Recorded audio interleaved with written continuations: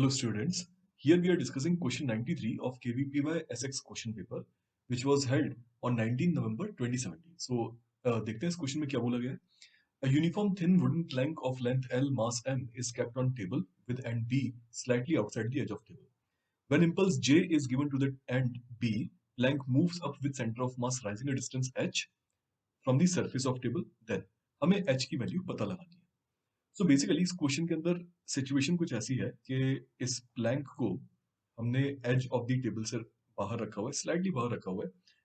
This is your plank with end B is just outside the table and यहाँ पर एक impulse जे apply किया है, राइट. नाउ इस केस में अगर मैं सेंटर ऑफ मास की स्पीड या वेलोसिटी निकालना चाहूँ वीसीएम, तो वो मैं डायरेक्टली लिख सकता हूँ, that is equal to impulse J divided by the mass of plank, right. साथ ही साथ में अगर हम ये सोचें कि ये प्लैंक रोटेट भी करना चाहेगा because of this angular impulse, then उस केस में ओमेगा कितनी होनी चाहिए इस प्लैंक के लिए, तो वो वो हम निकाल सकते हैं कुछ इस तरह से कि angular impulse about the centre of mass will be equal to linear impulse multiplied by the distance from the center, right, which is L by 2, and that is equal to ml square by 12, that is moment of inertia about the center multiplied by omega. Let us call this as omega here, and therefore value of omega कितनी आ जाएगी? Value of omega जब आप इसे solve करते हैं तो आपके पास आ जाएगी 6j divided by m times l. So अगर मैं एंड ए की बात करूं, ठीक है, एंड ए की स्पीड कितनी होगी, लीनियर स्पीड, तो आप ऑब्जर्व कर सकते हैं कि वो ऊपर की तरफ ओमेगा इंटू सी एम होनी चाहिए एंड नीचे in downward direction it should have the speed of omega into L by two, right. So omega मेरे पास है, एल बाई टू से मल्टीप्लाई कर देते हैं तो omega into L by two की वैल्यू आ जाती है 3j by m into L. Now अगर हम वेलोसिटी ऑफ पॉइंट ए देखें तो that should be equal to V C M minus omega L by to, and इन दोनों का जो डिफरेंस होगा VCM and omega L by two, इन दोनों का डिफरेंस आ जाएगा minus of 2j divided by m. इसका मतलब ये हुआ कि पॉइंट ए के जो मोशन की टेंडेंसी है वो डाउनवर्ड डायरेक्शन में है, यानी कि पॉइंट ए राइज नहीं कर सकता. ओके, पॉइंट ए राइज नहीं कर सकता.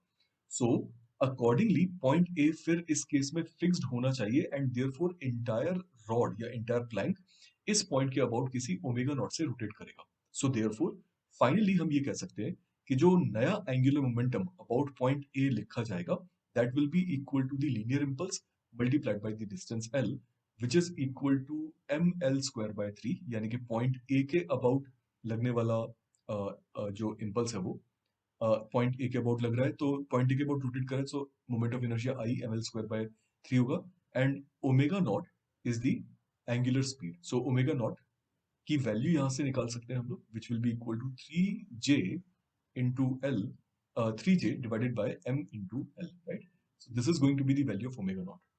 Now because of this omega naught, finally जो एंगुलर स्पीड है ओमेगा नॉट उसके कारण से सेंटर ऑफ मास कितना राइज करेगा, तो मुझे अगर ये पता करना है तो उस केस में हम कंजर्वेशन ऑफ एनर्जी का इस्तेमाल कर सकते हैं, सेइंग दैट कि इस नए केस में जो नई velocity of centre of mass है, लेट अस से VCM डैश, वो होनी चाहिए omega not into L by two, that is equal to 3j by 2m, right.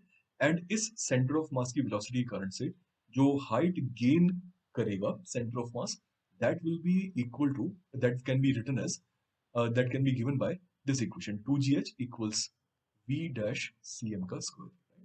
Energy conservation के हिसाब से आप कह सकते हैं कि हमने mgh equals half mv square के बराबर कर दिया, जिसमें वेलोसिटी ऑफ सेंटर ऑफ मास को हमने लिया है, या फिर आप सीधे सीधे फ्री फॉल मोशन के इस कंसेप्ट का इस्तेमाल कर सकते हैं that velocity of any particle under free fall motion is under root of 2gh, right. सो दोनों में से कोई भी तरीका इस्तेमाल करें आपके पास सेम रिजल्ट आएगा. सो यहाँ से मुझे h की वैल्यू मिलनी चाहिए v dash cm square divided by 2gh, right. So इस क्वांटिटी की वैल्यू हमें पता है ऑलरेडी, vcm डैश, इसका स्क्वायर कर लेते हैं तो हमारे पास आ जाएगा 9j square by 8m square into g. So मेरे पास जो h की वैल्यू आई है वो इतनी है, यानी कि कम से कम जो हाइट इंक्रीज होगी वो इतनी होगी. क्यों? क्योंकि ऑब्जर्व करें पॉइंट ए की अगर हम बात करते हैं तो पॉइंट ए की जो नेट वेलोसिटी थी that was in downward direction. It means कि against this velocity point A पर एक अपवर्ड डायरेक्शन में नॉर्मल रिएक्शन आना चाहिए, राइट? नॉर्मल का इंपल्स आएगा, why? Because again observe, point A की वेलोसिटी डाउनवर्ड डायरेक्शन में थी, right? Now since point A due to the presence of table top, point A नीचे मूव नहीं कर सकता, तो उसे इस पॉइंट ए के डाउनवर्ड मोशन को प्रिवेंट करने के लिए एक अपवर्ड नॉर्मल रिएक्शन का इंपल्स आना चाहिए, राइट?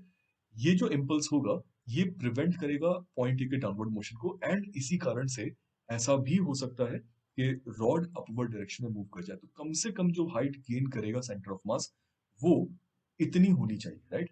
इससे ज्यादा भी हो सकती है, and therefore what we are claiming is that option A should be the only correct answer.